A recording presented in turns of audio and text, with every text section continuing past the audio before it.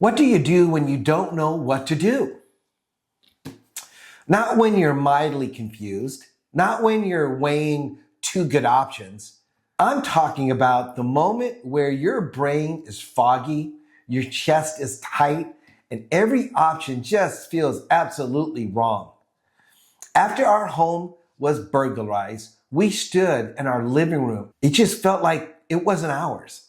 The place that was supposed to be safe felt violated because it actually was. Drawers were pulled out, personal things were scattered everywhere. The silence was loud. Here's what most people don't talk about: the paralysis after the traumatic event that happens to them. Not the police report, not the insurance claims, the internal freeze. What do you do when your whole nervous system is literally on fire and your mind just cannot think straight? This is searchable. It's repeatable and it's usable. This isn't hype. This is what we went through. This is what we learned. This is what to do when clarity is absolutely gone.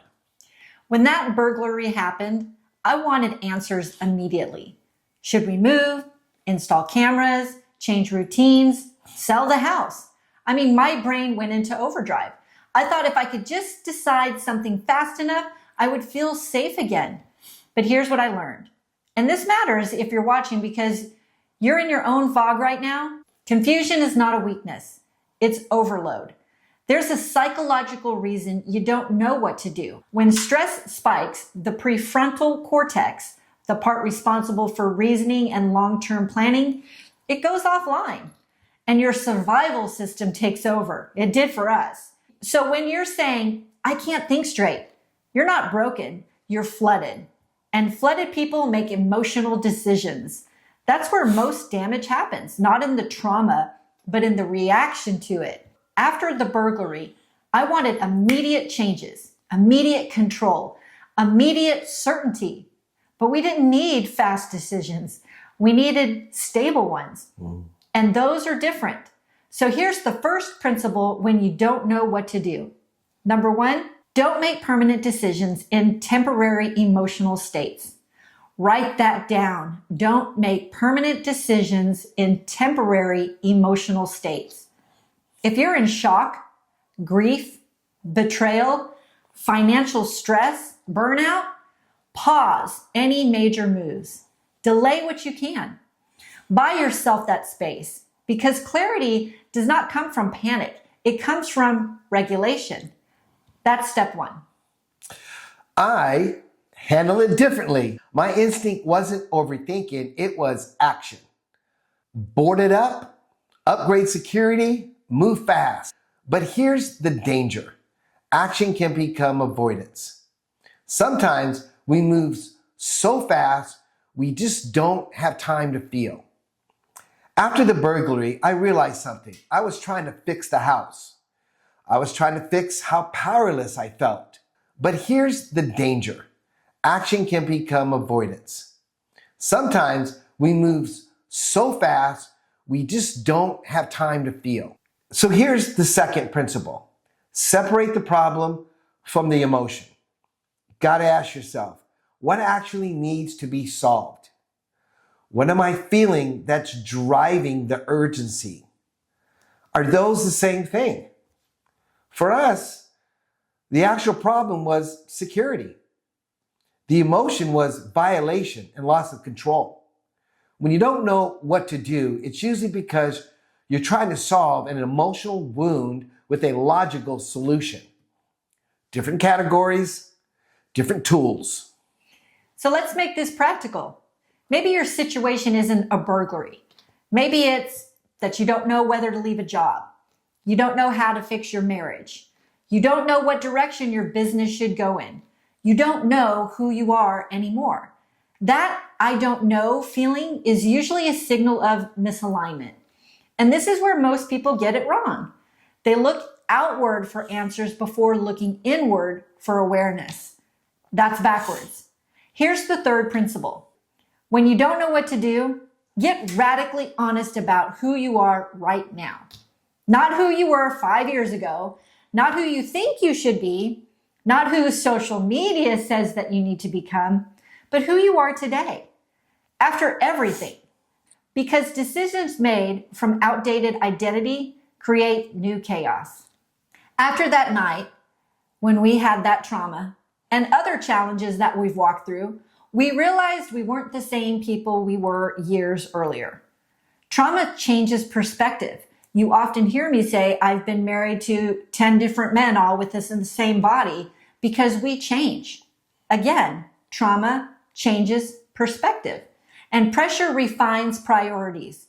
If you don't update your self-awareness, you'll keep trying to force the old solutions into a new season, and that is exhausting. Let's go deeper. Most people think clarity comes first, then action. That's not how it works. Lisa doesn't work with us. Clarity often follows small movement. So here's principle number 4. Take the smallest intelligent step available to you right then. Not the perfect step, not the 5-year master plan, the smallest move that creates information. After the burglary, the smallest intelligent step wasn't selling the house. It was installing lighting, adding cameras, having conversations with neighbors. Small steps that lowered our emotional dysregulation. Lower emotion increased our clarity. If you're stuck in business, maybe the smallest step is make one call. If you're stuck in a marriage, maybe it's have one honest conversation. If you're stuck in personally, maybe it's just 1 hour alone without noise and a journal. Action reduces fog, but controlled action, not chaotic reaction. There's something else people don't want to hear. I didn't want to hear it. Sometimes I don't know what to do actually means I'm afraid of the answer. That's real. There were moments after that burglary and other trials in our life where we both knew the deeper work wasn't about locks or alarms. It was about fear. Fear of losing control again. Fear of vulnerability. Fear of instability. And fear clouds judgment. So here's principle number 5. Identify what you're actually afraid of. Not the surface problem, the root fear. Because when you can name fear, you shrink it. When you avoid it, it runs you. This is why self-awareness isn't soft, it's strategic. If you don't know your intentional patterns, your patterns are going to decide for you. Here's a core lesson. When you don't know what to do, it's not a sign to panic. It's a signal to slow down and regulate and realign. Indecision isn't always weakness. Sometimes it's wisdom waiting for you to become stable. The strongest moves we've made in life and in our marriage, in business, and in leadership were not made in an emotional spikes. No, they were made after we did some internal work, some intentional work. And this is where we want to stand out. We're not teaching theory. We have been through violation, loss, pressure, public scrutiny, business pivots, relationship strain, reinvention. And the no surrender mindset, it's not about charging forward blindly. It's about refusing to escape when things get uncomfortable. Sometimes the brave move is not do more.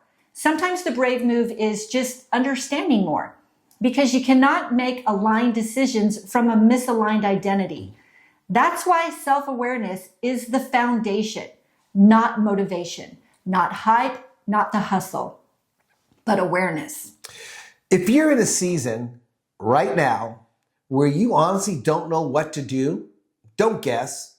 We created a free self-awareness assessment to help you identify your stress responses, your decision responses, your decision-making patterns, where you default under pressure, where you might be reacting instead of leading.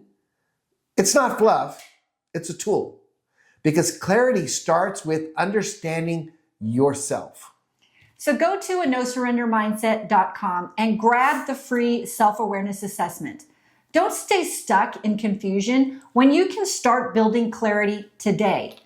And if this helped you, share it with someone who feels frozen right now. You're not weak for not knowing. You're powerful when you choose to understand.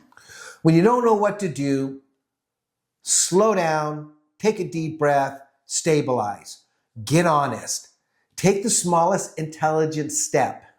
And stand firm, never surrender. Until next time, See you see ya. later.